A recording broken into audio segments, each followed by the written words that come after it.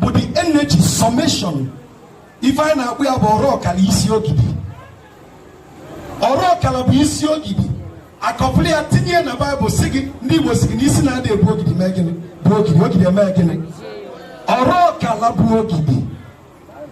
Kandi ocha akopule tinye lege na Bible sigi na uza fulu ke ebu act of covenant na aga. Ofu ko na ade otinye aka ogidi megini.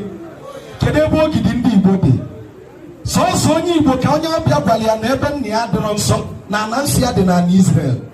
So onye Igbo ka onye Rom bịasịa na Rom bụ ebe dị nsọ.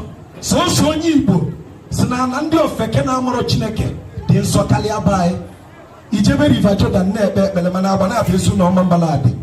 Onye mere unu ife a unu na-ahụ ihe efu n'anya na-achọkwa okwu ụwa. Psalm 4 verse 3.